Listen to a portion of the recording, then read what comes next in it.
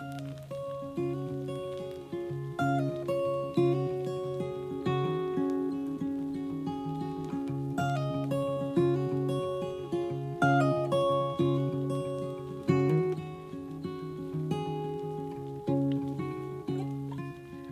thanks. Hi, I'm Holly Nowell. I'm director of the Smoke Science program at Tall Timbers, and today I'm just going to be giving an introduction about the Tall Timber Smoke Science program, what our mission is, and the different things we're doing to help with smoke management.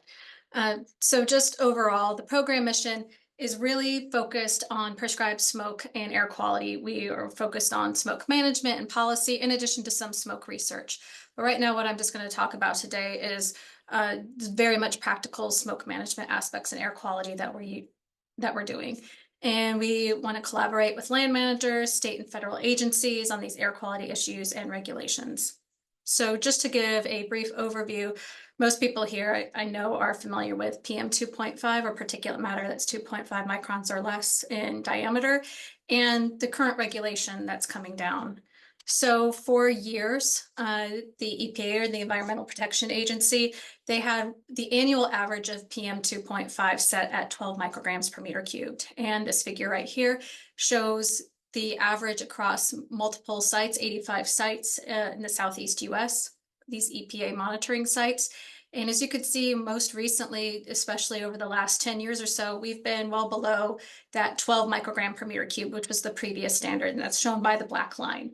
But recently, the EPA has lowered that standard to 9 microgram per meter cubed, which is the red line.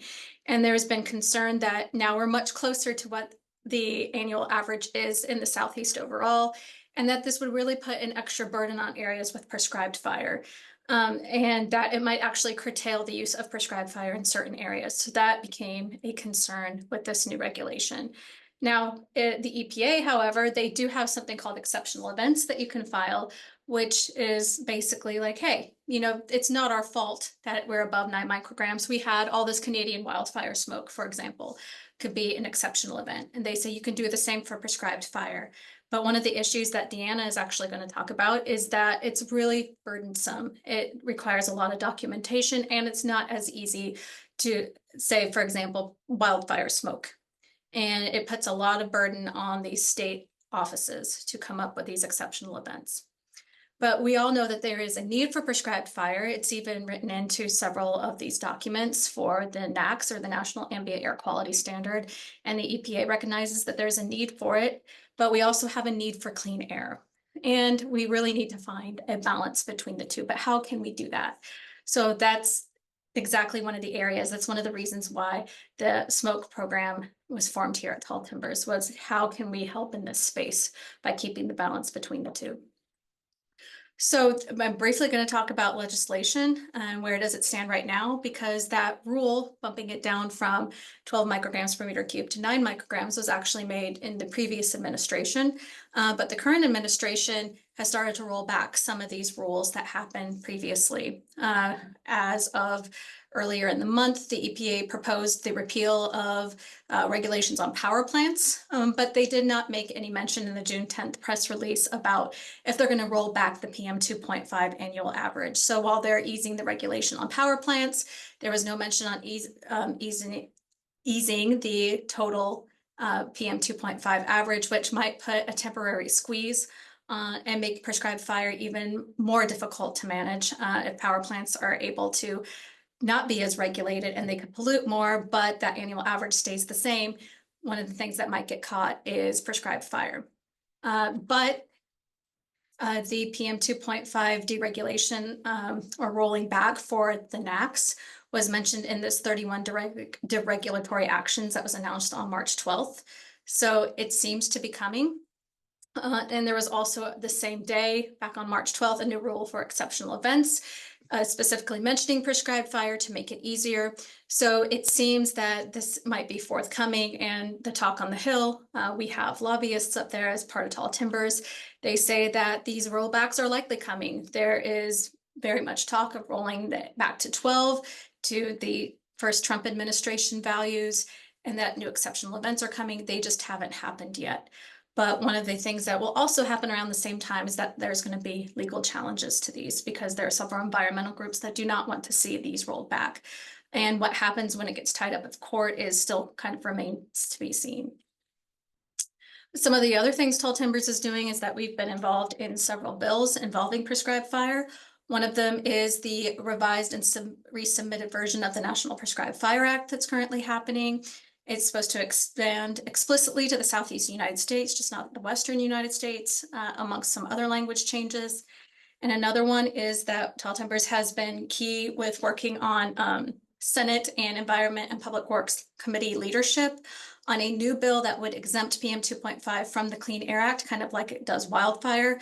So you would not have to go through the as extensive as an exceptional events filing. It would not be as burdensome, but they're working with leadership over there to get that passed. But that's currently still being tossed around and trying to get groups to sign on and try to get support across the Senate for it.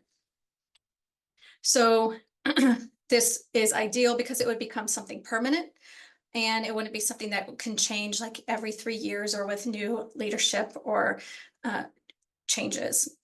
So like I said, it remains to be seen and has yet to be voted on, and the full bill has yet to be presented. But what does this mean overall for smoke management in the Southeast? Well, we will still have smoke no matter what happens, if it's repealed or not.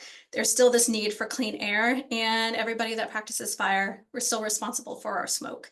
And we live here too. We want to keep this balance. We want to be good neighbors. We want to have good stewardship of the land. And this is very much a topic of conversation. This picture right here is from earlier this year at the Southeast Prescribed Fire and Air Quality Smoke Summit.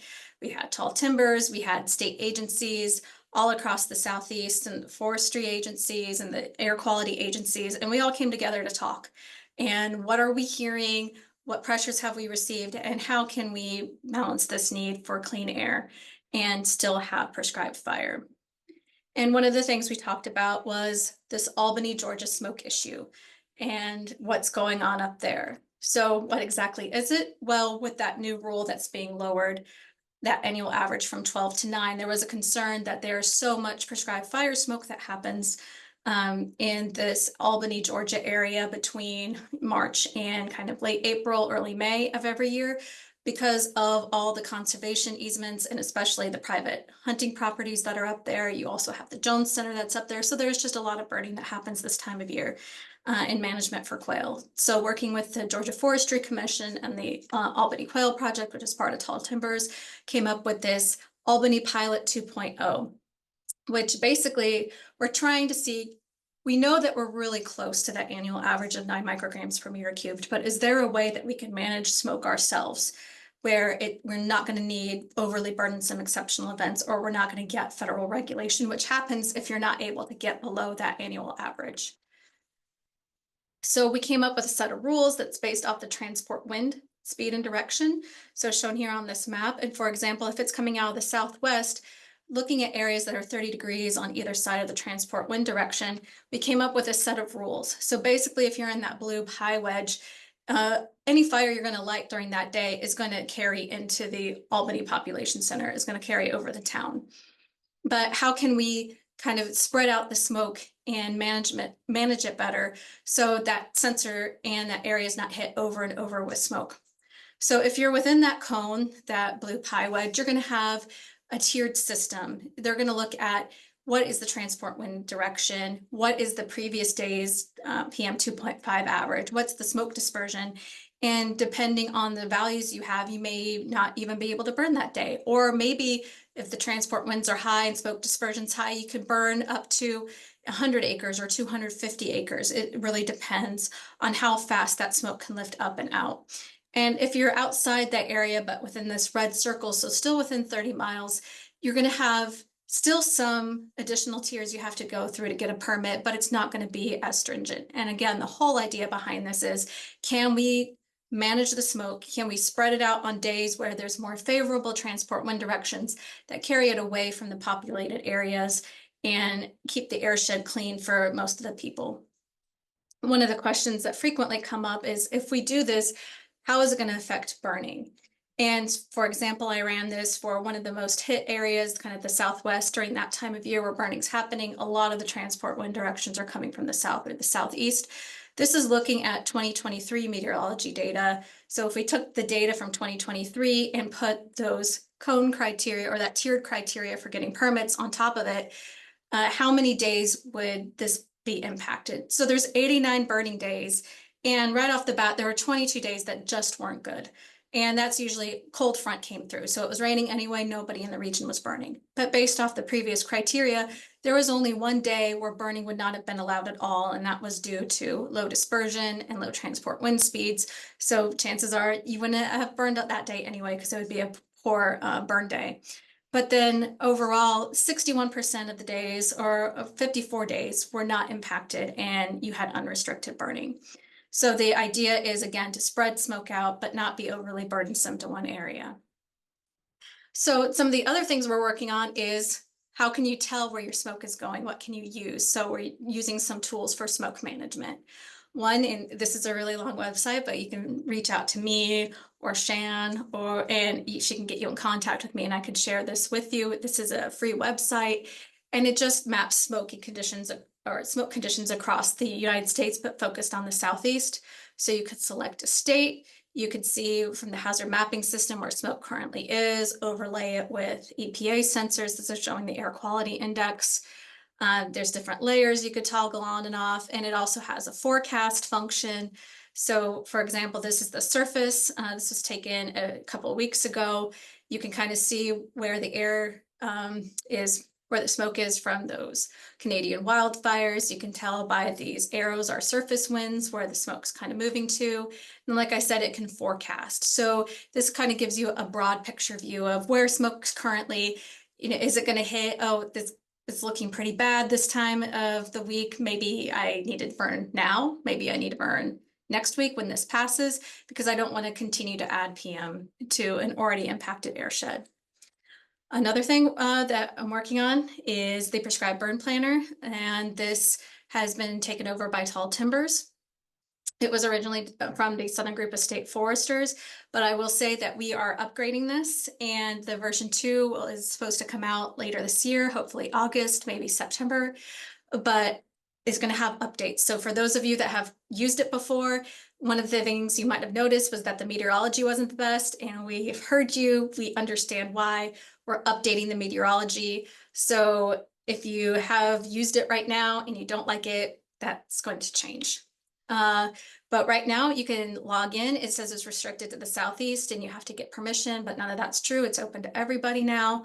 You can input where you're going to burn by a point location. You can put in how many acres you want to burn, and then it will populate the meteorology data for you. So you can see over the next week, and like I said, this will be improved, what your meteorology data is going to be like.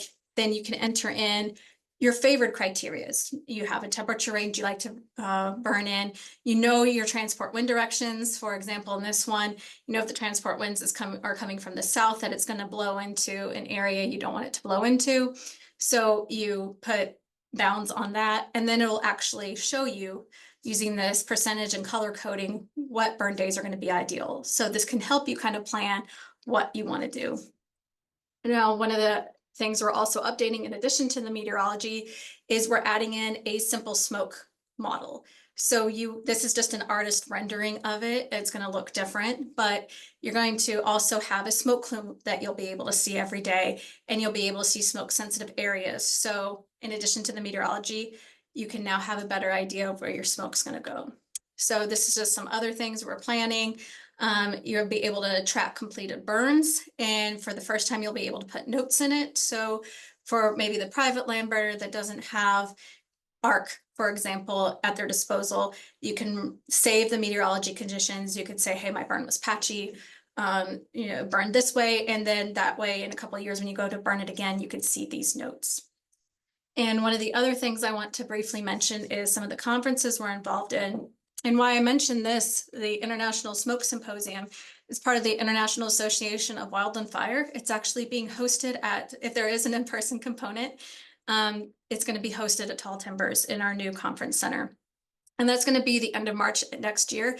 And why I really wanted to bring it up to this group was I think one of the voices that are missing are the fire practitioners. You know, normally researchers, policymakers come and attend this, heavy on academics, but I really want fire practitioners. I really want those private land managers to show up and be part of this conversation, because sometimes there is a disconnect between the research that's done and how to manage smoke, and maybe it's not actually applicable when you get down to the level of actually burning your land.